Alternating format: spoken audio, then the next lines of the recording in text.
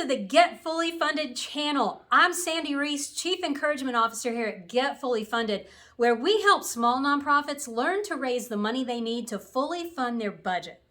I am here to help you master the art and science of fundraising tip by tip, and I've got a really good one for you today. But first, be sure to subscribe and hit that notification bell so that every time we upload a new piece of content, you're the first one to know. All right, let's get to this week's tip. One of the best ways to add more money to the bottom line of your event is with corporate sponsors. It's great. You can approach local businesses, ask them to sponsor your event. They say yes, they give you big bucks, and off everybody goes. But sometimes it's a little harder than that. And if you've tried to get corporate sponsors, you know what I'm talking about.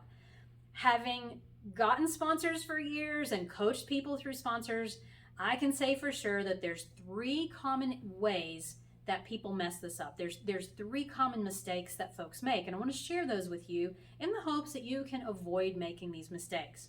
Okay, the first one is having no inside champion. So a lot of folks think, oh gosh, our organization is great. We're a nonprofit. We'll just get the list of businesses from the Chamber of Commerce and we'll send everybody a letter and the sponsorships will flood in.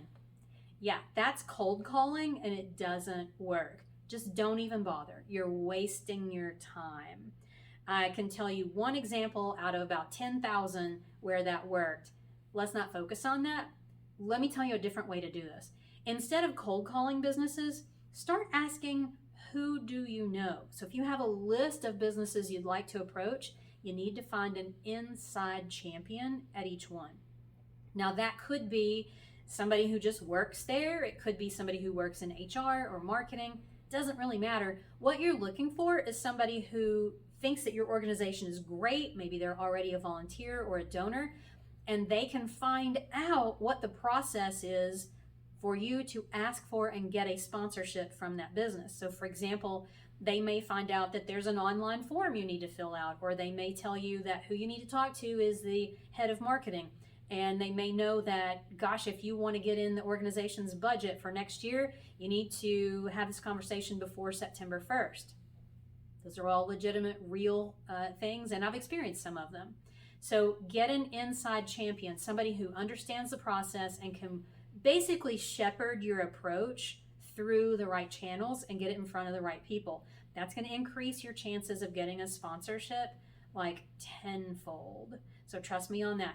So just start asking around. Ask your board, who do you know that works at one of the bigger businesses in town? Ask your volunteers, ask your donors, post it on social media. You'll be amazed at who will pop up and say, ooh, I know somebody, or my cousin works at XYZ company, and they'll help you out. Get an inside champion. It increases your chances of getting the sponsorship exponentially. Okay, mistake number 2 is not being clear about what the sponsor gets. So if you can't articulate what somebody's gonna get for a sponsorship at different levels, you need to go back and work on this some. In other words, if you want to offer 3 levels of sponsorships, and that's pretty common, usually there's like a gold, silver, and bronze. What are they going to get at each level? So if you just say, hey, we're having this event, would you like to be a sponsor? Yes, that company is going to make the decision because they like your organization, but they also, you may not know this, but all companies are listening to radio station WIIFM, and that stands for What's in It for Me. They're all trying to figure out, even if they want to seem nice and philanthropic, in the back of their mind, they're like, how is this going to benefit my business? How is this going to help me get more sales? How is this going to be something that raises awareness for our products or our services? So you want to think about that and make sure you're very clear when you approach people or approach businesses to sponsor what they're going to get. So you need to have this outlined in a document, whether you print it or it's a PDF, and it needs to look really nice. How it looks is just as important as what it says. People are busy, they're not going to read. Make it very scannable. We like putting things in tables so you can just kind of check the block and people can skim it really quickly and see what the sponsorship is all about. That leads me to the third thing. You want to make sure there's enough value in each sponsor level so that it makes sense for people to say yes.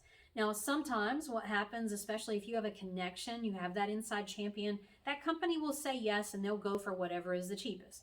They go right to the low level of sponsorship and they do it just because they like you.